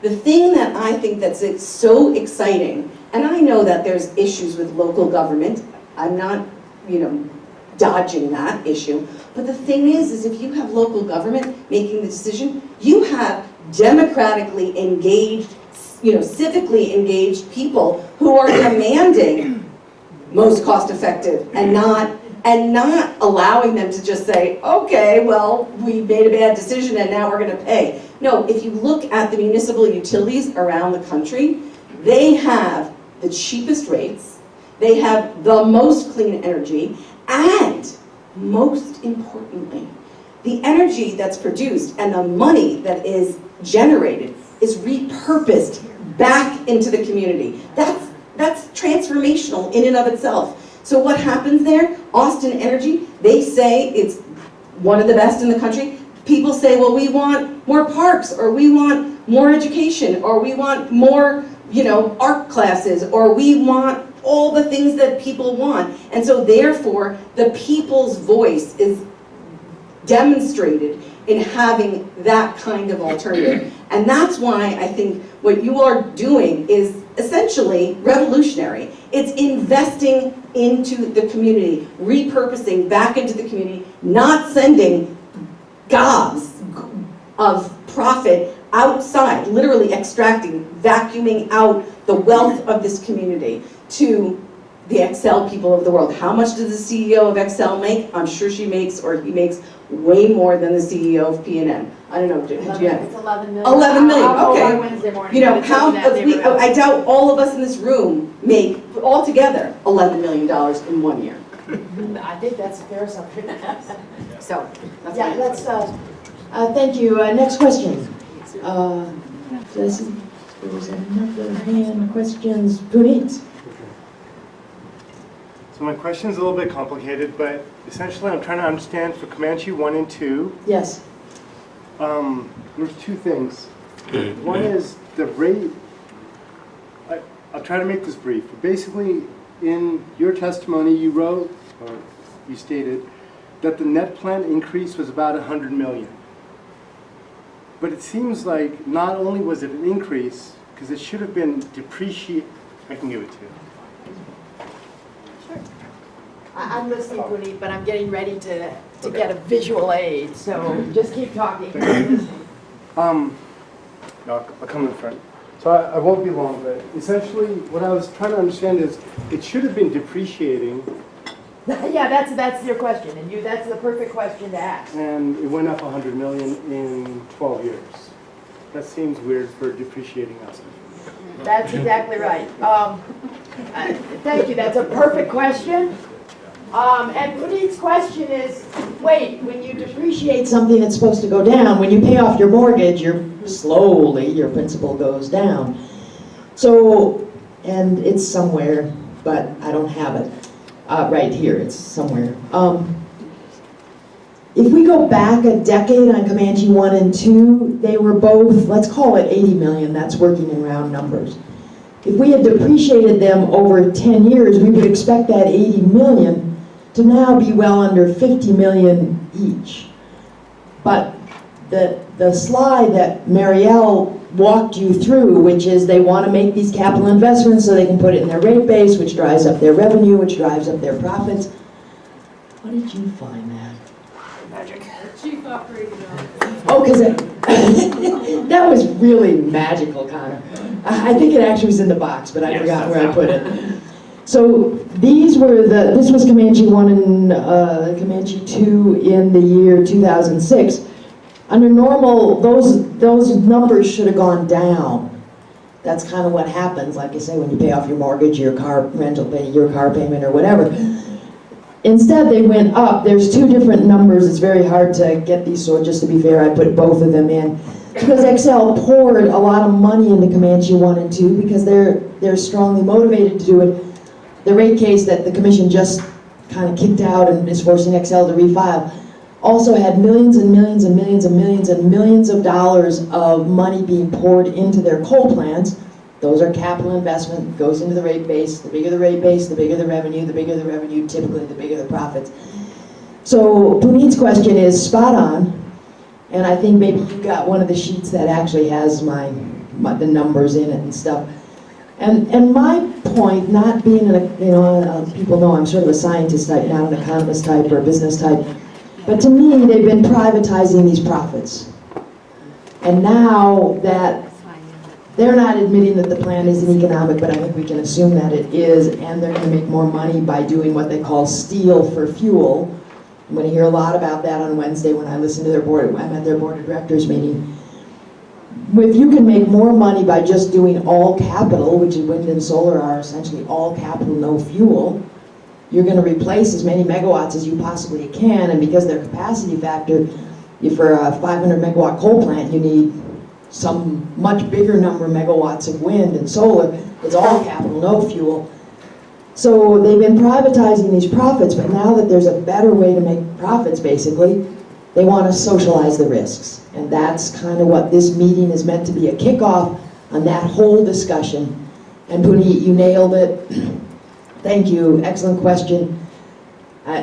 You were right, they should be going down, but they poured a bunch of money in. They poured money in because they added pollution controls to 1 and 2 so they could build Comanche 3. They still violated the Clean Air Act in a horrible way, but they couldn't even have violated it in that way if they hadn't put a lot of money in Comanche 1 and 2. And people like Allison and some other folks that were there in 2004 when they were saying that, we're like, you're going to be so sorry you did this. But if they can get away with doing what we looked at on page 71, they're not gonna be sorry, they're just gonna be extracting it out of our pocket and putting it into theirs, as Mariel said. Yeah, okay. Was it me or you? Oh, you're yes. It seems like it's so easy to prove that it's not the most cost-effective among feasible alternatives what they're doing. So why is it so hard to prove that? Do you understand the question? I think I do. The question is, it seems like it's kind of obvious that Comanche 1 and 2 are not the most economic, and we should, and that should not be. And what Excel is providing, the way they're providing us with energy is not, you know, it seems like it should be easy to prove that it's not the most cost-effective. Yeah, it is, and alternative. So what? It is easy to prove. It is, you're absolutely right, and this is why I love working with all audiences. I gotta say, I particularly love working with Boulder audiences, because I don't think you and I know each other, at least. We've met before. But whatever, I apologize. You're not like somebody I have coffee with every day, and you still totally get it. And that's exactly right, and that's part of what we've done as citizens. Some of you know I used to intervene at the Utilities Commission, and I write all this long testimony and have all the graphs and the figures and the 8x10 glossies and the whole 9 yards, showing this is not the cheapest way to do things. And that's assuming like even like the planet has no value and we don't care about climate and on and on and on. And then I got pretty good. I cost the company a whole bunch of money back about 6-7 years ago, and I think they went to the governor and said get rid of her. So it's gotten a little harder, but it's still pretty easy if we had, the commission was actually doing its job. It doesn't really do its job, which is to find us the minimum cost, while also giving in, under Colorado law, you're supposed to give the fullest possible consideration to clean energy technologies, because they have a lot of benefits that you don't see in your utility bill, like protecting the planet, and protecting human health, and protecting communities of color, and on and on and on. Because, you know, our coal plants are down in Pueblo. They didn't put our coal plants here in Boulder, right? They're down in Pueblo, and Pueblo doesn't get any electricity. It's a lot like the Dine situation. They send all the electricity up here, and they take the mercury and the water and everything. So it's the commissioners that are supposed to speak for us. The commissioners are supposed to speak, and they're supposed to find us what's called the minimum present value revenue requirement, the minimum cost, and they have not been doing that. And as it turns out, both public hearings were on February 1st, 2017, February 1st of 2018. We took a big team of citizens down. We trained them, we showed them the testimony, we did all this. Chris was part of it. There's a whole bunch of Whitaker, a whole bunch of people in this room were part of it. And we have made really good progress. We still don't have the commission choosing the option with the minimum present value revenue requirement. And for those of you that are good enough to do this work, thank you so much, because you'll probably be by email, but we'll be asking you in May when we get Excel's report. From Excel's report, Excel will probably want to take this much in renewable energy, and there'll be good reason to believe they should take this much, and we'll need a large public push to try to get that done. I don't want to overpromise for this year, because it's often the case, like Mariel explained, you push and you push, they beat you at the Supreme Court, or they beat you in the legislature, they beat you, then in a year or two later they do what you said they should do. And we've seen that time and time again, and we're seeing that with Excel. They're on their way to going above 50% renewable energy just because it's the right thing to do economically.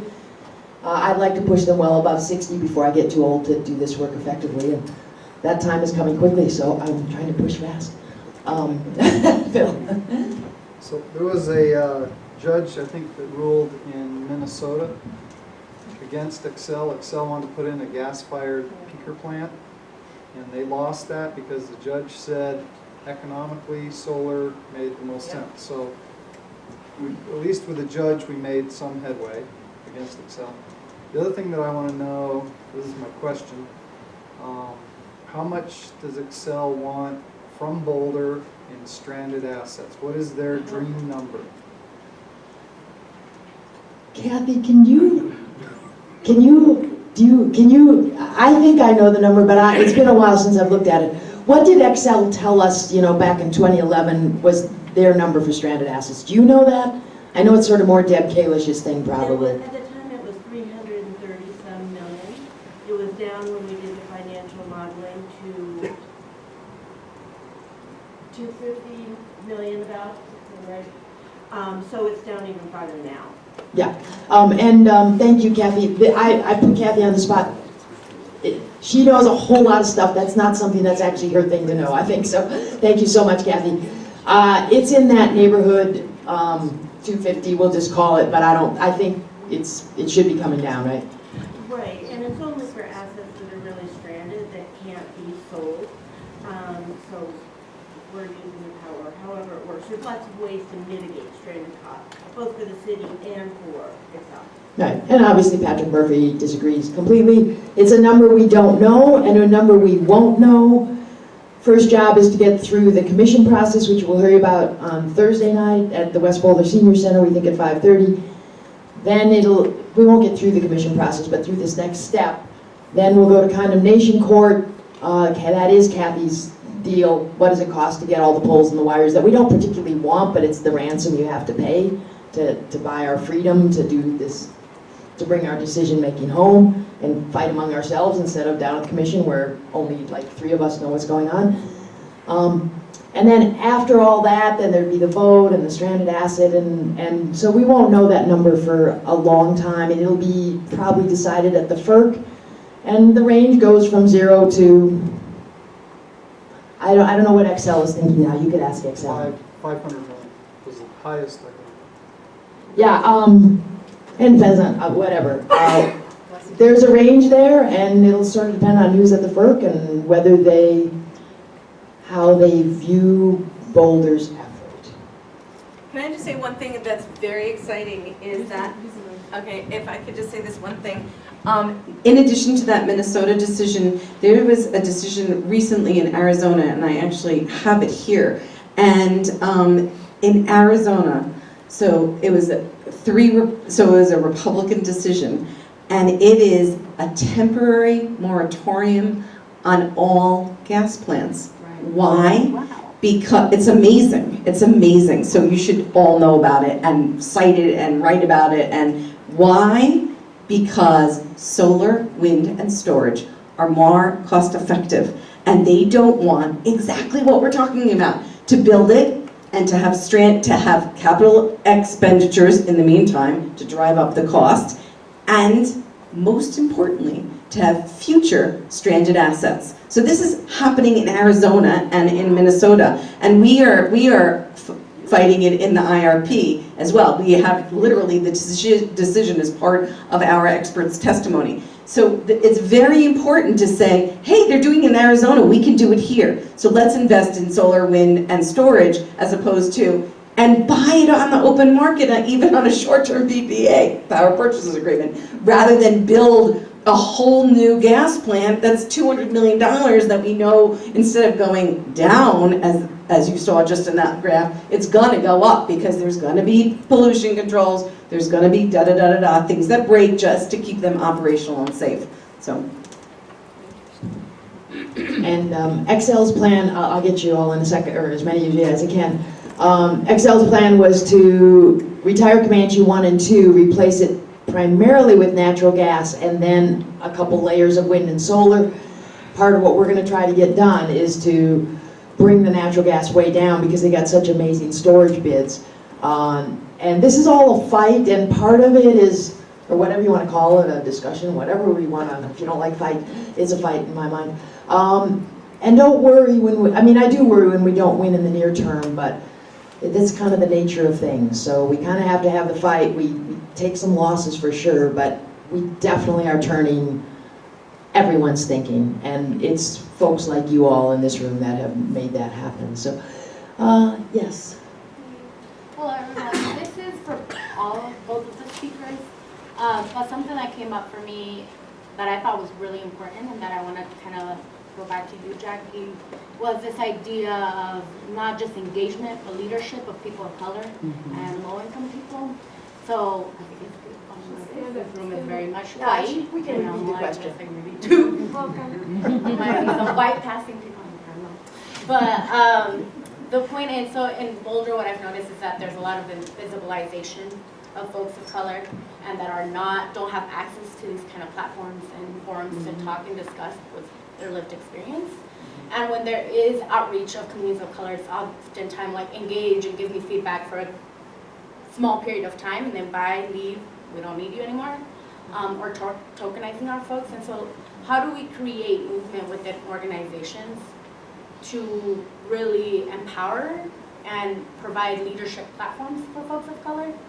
But then also, I think in Colorado, a big thing is gentrification, and how are we moving and not using this idea of a clean energy and sustainability at large as a way of going into communities and gentrifying them and pushing out folks of color.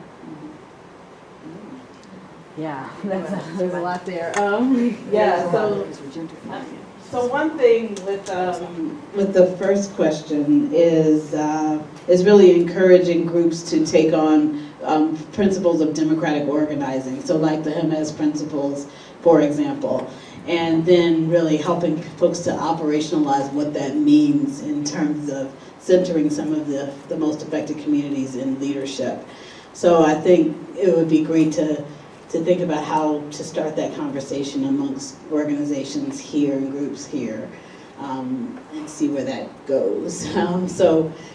That would probably be my first suggestion there. And then in terms of the second question around gentrification and so forth, so two things I would say. One is that there are groups that are coming together of communities that are either experiencing or feeling the threat of gentrification, where they are, and I'll give you my card, and I can connect you to one of the formations of folks who are coming together around that. And it's particularly where people of color are feeling pushed out of or not included in communities through gentrification. So there's some great work happening out of Portland with Alan Hippolito is leading on some of that. And some great work happening out of Pittsburgh with the Human Rights Cities initiative, specifically around gentrification. So I can definitely give you some resources around that. Some kind of translocal connections where people are kind of sharing strategies and best practices and successes. Thank you so much. Sure. And could I ask your name? Magnolia. Magnolia, hi, I'm Leslie. If you're willing to help be our teacher, we would love to kind of learn, right? So, and I'll get you in a sec. So feel free to reach out to me. Julie's got her hand. Oh, okay. Okay, very good. And I also want to point out Duncan Gilchrist in the back. We're sort of working on what we call our new leadership team, meaning they're younger than we are. And and Molly, who you saw at the beginning, and Connor, so feel free to just reach out, make sure you're connected with them, and then we would love however you think the conversation could move forward. Like I say, you kind of have to teach us. I'm not trained to do any of this stuff, but if you're willing to help me learn, then I'll do my best. And then Bianca. Yeah. So I just want to add, and thank you for that question, and also suggest from our experience that, I'm a white person who has been doing organizing around intersectionality and anti-oppression, and I feel like it's important that we actually teach ourselves as people with privilege, so that we're not putting that burden on the communities that are already holding the most burden in this really unjust system. And I feel like teaching ourselves looks like doing that work, so that even if, for us, I'll just speak from our experience, we're doing legal, technical work that is grueling and lots of times very unrewarding. And so our relationship that is important to us around equity and justice is to make sure that that work is accountable to other communities and other organizations that are led by communities of color, and low-income communities that are directly impacted by the issues.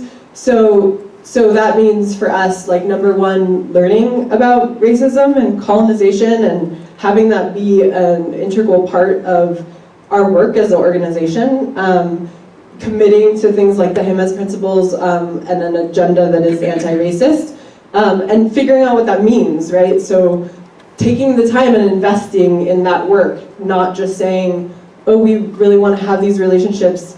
Why aren't these relationships working? They're not working because they're fundamentally like inequitable and problematic, and there's a lot of privilege and power that's not being checked or that people are blind to. And so we're recreating these relationships that are exploitative or transactional or problematic, and that's on us, right? That's on us, whether it's because we have white privilege or that we have economic privilege. And so I want to invite folks to take some responsibility for that learning, as we have as an organization. And then in terms of the legal work, we see our work as being, in part, translating. So if we have the privilege of having access to these institutions or this information that's legal information, or like Mariel's a lawyer and that's a huge resource, right?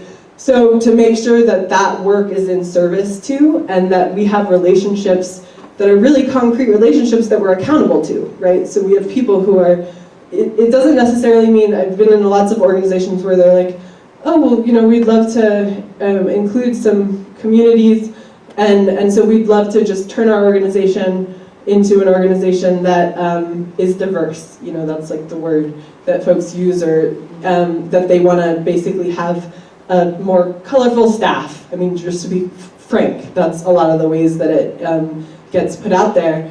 And the problem is that there's no work around racism and there's no work around privilege, and so that's problematic because those folks are basically wanting the benefits of these relationships without having done the work of how to build trust and how to redirect resources. I mean, part of it is also making investments, you know, and having those partnerships where there's a transfer of resource, not only in terms of technical information and access and, like you said, access to those platforms, but also financial resources. Like that's real. And so I feel like that's a constant project, constant work that needs to be done. And for us right now, in this case around San Juan, it looks like really directly investing in the leadership of folks who are on the ground, stepping back and saying, we have you do this the way you need to do this. And what we will do is be a relationship to a foundation and transfer the money to do your work. And then when you're done doing the work that you want to do, then we will make space for you in this legal arena and advocate like hell to make sure that your voices are seen as the authorities, right? Because those stories from the ground are really the most important evidence for the cases that we're trying to make around justice. So anyways, that's... Wait, tell them what that means though, like who were the three people and what does reparations look like? Well, we don't know what reparations look like because the community hasn't defined that for themselves yet. But, you know, the three folks are organizers that are younger from the community, from the Dene community, who have been doing this work for a really long time. And so again, it's also acknowledging the fact that communities are doing this work. It's not like, oh, we want to bring you guys, you know, up to speed and include you or something like that. It's like, y'all have been fighting these fights, and in some ways, we're really late to the game. So, like, number one, we're sorry that we're really late to the game, and number two, you know, how can we then try to rectify the situation by, you know, making things more equitable, meaning changing the way resources are allocated. And so these folks are working to ask the questions that they want to ask of their own community members, organizing in a way that is indigenous to their community and to their culture, right? It's like they're defining it and they're basing it on their traditional ways of organizing, which look really different than the way that, you know, lots of times we write grants and we're having to do, you know, like these bulleted lists of timetables and stuff like that. And it's important for us to say, no, that's not the way this is going to happen. It's going to happen the way this community needs to happen, and they're going to define it. And our job is to shut up and take a back seat and then just ask the question, how can we support? So I don't know that answers all of the questions in terms of engagement. The other thing is, I don't know much about Boulder. I hear you about invisibilization. That's definitely a dynamic. In New Mexico, for us, it's really clear that the folks on the front line are Native American communities that have literally been named a sacrifice zone by the federal government in the 1970s, like literally. Nixon was like, this is an energy sacrifice zone. So that history is really apparent to us, but I imagine that, you know, you guys mentioned where the coal plants are in Colorado. So it's not like those dynamics of race and class and who's being impacted aren't there. And those communities are the ones that we need to organize behind, right? So I feel like all the ingredients are there, and I don't know how to answer the question for the folks here, but that's our answer in New Mexico, is to line up behind the folks who should be at the front. Okay, it's coming on to 9 o'clock, so I think we'll be wrapping it up. Do you have a question, Jules? No,